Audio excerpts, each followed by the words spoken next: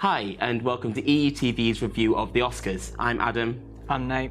I'm Verity. And here are our picks for the Oscars.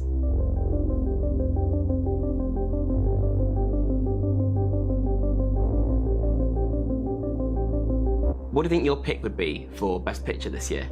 So I was like, up until about an hour ago, I was 100% Shape of Water, until a friend pointed out to me that apparently it's like the exact same storyline as Splash with Tom Hanks, which I've never seen, so I didn't know. I really enjoyed Shape of Water. I'd say it was really good. My pick for Best Picture this year would probably be Call Me By Your Name, which we reviewed a few weeks ago. Which I love. I really liked it. For personal reasons, I felt a lot of affection and connection with it.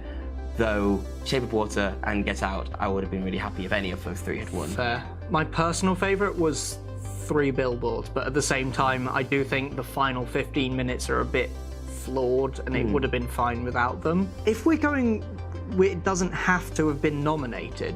Yeah. I almost would have put Blade Runner 2049. Oh yeah. I can see why they didn't, because they don't tend to like sort of genre films that much. But I thought that film looked incredible. I thought all the performances were great. The score absolutely killed it. You start off like you're pretty chill, it's a slow film, and by the end you're absolutely on the edge of your seat. It's interesting that you mentioned that it looked so good because it won Best Cinematography. Which it definitely deserves. Yeah, it's the cinematographer, Roger Deakins. He's done a lot, hasn't he? Been nominated for so many things and never won. Oh, I that's... know. And he's That's finally horrible. won. I think it's 10 he's been nominated for.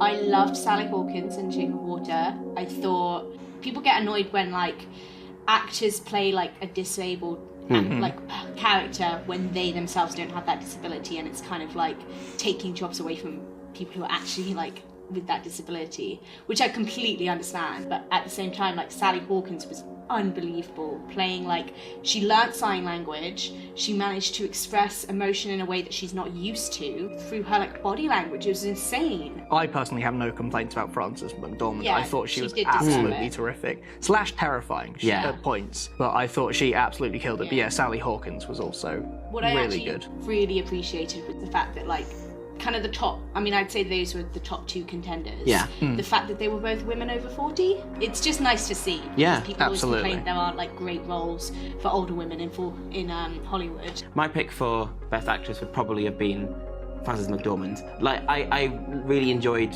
Sally Hawkins' performance. I thought it was really charismatic, really charming. Both were brilliant performances. Absolutely, yeah. I'd say that Frances McDormand would be my pick. Yeah. For Best Actress.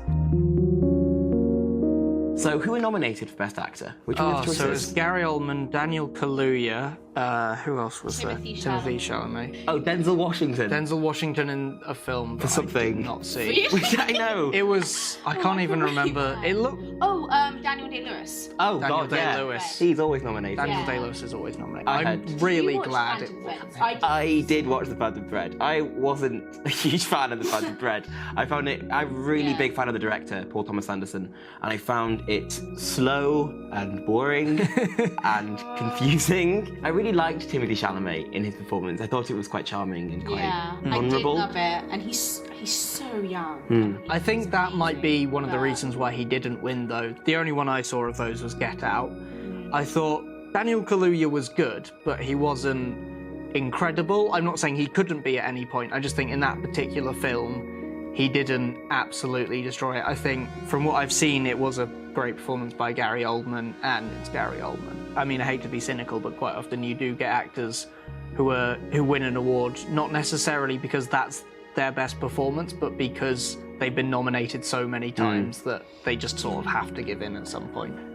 People lionising Churchill is a bit of a controversial figure because he's a mixed bag of a historical character. Yeah, it's annoying when people just kind of like immortalise him without giving... I feel like if they were going to create a Churchill film, they should create one that's a lot more like nuanced and creating like what he was actually like. Yeah. Just like he was a wartime hero. This has always been my understanding of him, was that he was an incredibly unpleasant person, but in that particular time and place, he was the right person for the job. Yeah. I'm going to Google Best Supporting Actor. Oh. See who else is nominated. Sam Rockwell obviously won. Woody Harrelson. Two actors from the same film, which I don't think I've seen I didn't know before. that was possible, but I'm so happy. Yeah. No, it's definitely possible because I don't know if they've done it in the Oscars, but they did like for Carol, didn't they nominate Kate Blanchett and Rooney Mara for the Golden Globe for like Best Actress? Oh, really? Possibly. Yeah. Yeah, that makes and sense. then like Rooney Mara got like downgraded to Best Supporting Actress Aw. for the Oscars. I've always loved Sam Rockwell, and part of the reason I'm happy he's won is just because I think he deserves some goddamn recognition at this Yes. point.